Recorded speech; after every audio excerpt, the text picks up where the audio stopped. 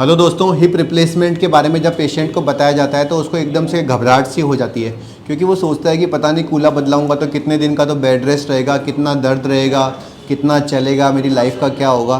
Patient एकदम घबरा सा जाता है। लेकिन जब उसको मेरे चैनल के बारे में पता चलता है तो उसको पता चलता है कि हिप रिप्लेसमेंट कोई बहुत बड़ी चीज़ नहीं है, रिजल्ट गारंटेड है, लंबे समय तक चलता है और आपकी लाइफस्टाइल भी नॉर्मल सी रहती है और आपको कोई बेड रेस्ट भी नहीं करना पड़ता। आज मेरे साथ एक फाइटर मौजूद है जिनका हिप रिप्लेसमेंट मेरे यहाँ हुआ है। आइए इनकी स्टोरी आपसे शेयर करता हूँ। क्या नाम है बेटा आपका? सर प्रेम नारायण। प्रेम नारायण जी, आप कहाँ के रहने वाले हो? आगरा से सर। और आपको हिप रिप्लेसमेंट की ज़रूरत क्यों पड़ी थी? आप स्टोरी पूरी डिटेल से बताओ। सर एक्चुअली मैंने एक वेटनरी कोर्स कर रहा था मथुरा से, तो मैं हॉस्टल में रहता था। तो वहाँ पर मैं किसी लड़कों ने बताया कि स्टेरॉइड ले तेरे, और कोविड टाइम भी चल रहा था, तेरी हेल्थ के लिए भी सही रहेगा। और फिर सर मैं केस वगैरह भी देखता था, तो एक केस बिगड़ गया था, जो घोड़े ने मेरे लात मार दी थी बैक पर।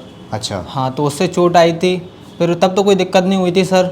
उसके जैसे ही 6-7 महीने बाद मेरे को पेन होना स्टार्ट हुआ था। दोस्तों, मैं हॉस्टल में रहने वाले बच्चों से या जिम जाने वाले बच्चों से यही कहूँगा कि आप किसी भी हालत में स्टीरॉयड का सेवन मत करिए, क्योंकि स्टीरॉयड से एवीएन होने का खतरा रहता है और उससे आपका कूल्हे ख़राब हो सकते हैं, जैसे कि भैया के साथ हुआ।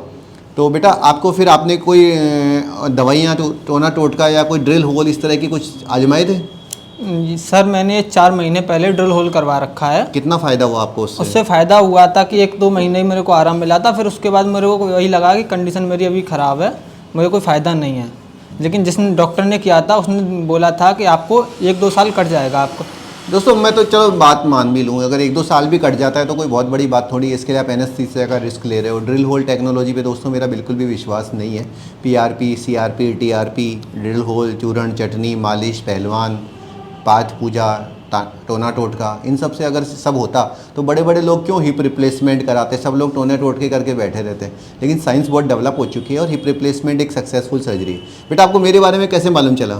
सर मैं यूट्यूब पर सर्च कर रहा था हिप रिप्लेसमेंट के सर्जरी के बारे में, तो आपकी कुछ 2-3 वीडियो भी निकल के आई थी।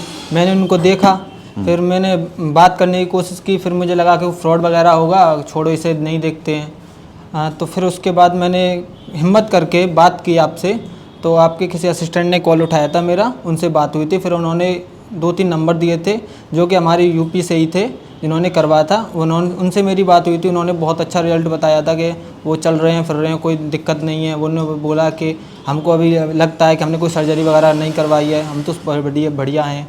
आप वहीं पर क्यों नहीं करवाना चाह रहे थे आगरा में? आगरा भी एक बड़ा शहर है, वहाँ पे क्या दिक्कत आप महसूस करते थे? सर वहाँ पर कॉस्ट ज़्यादा थी। और कितनी? जो मेरी कॉस्ट है उससे कितने आपको लग रहा है वहाँ ज़्यादा थे? यही सर, कोई 2 लाख मांग रहा है, कोई 4 लाख मांग रहा है। हर आदमी तो इतना अफोर्ड कर भी नहीं सकता। और मेरे तो दोनों पार्ट ख़राब थे, तो मैंने सोचा कभी एक के लिए इतने दूंगा तो फिर दोनों के लिए तो बहुत ज़्यादा हो जाएगा। फिर मैं वेट करता रहा, फिर मैंने आपसे बात की।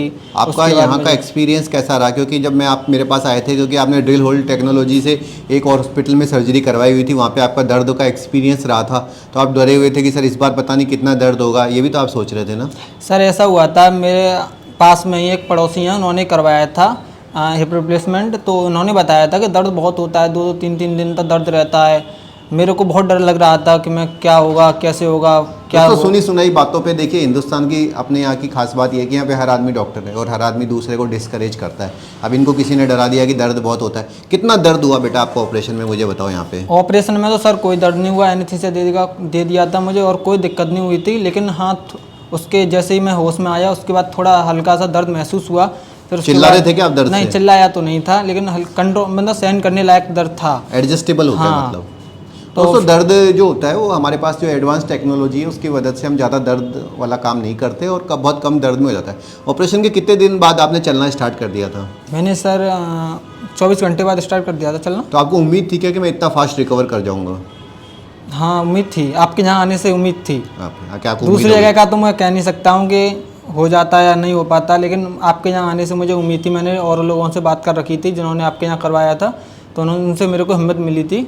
दोस्तों, प्रेम नारायण जी का बहुत अच्छा ऑपरेशन हो गया है। सिरेमिकॉन पॉली जॉइंट हमने यूज़ किया है और मेरा को पूरा विश्वास है कि कुछ ही दिनों में जब दूसरे साइड का भी ये करवा लेंगे, इनकी लाइफ बिल्कुल बैक टू ट्रैक हो जाएगी, सारे अपने काम कर पाएंगे।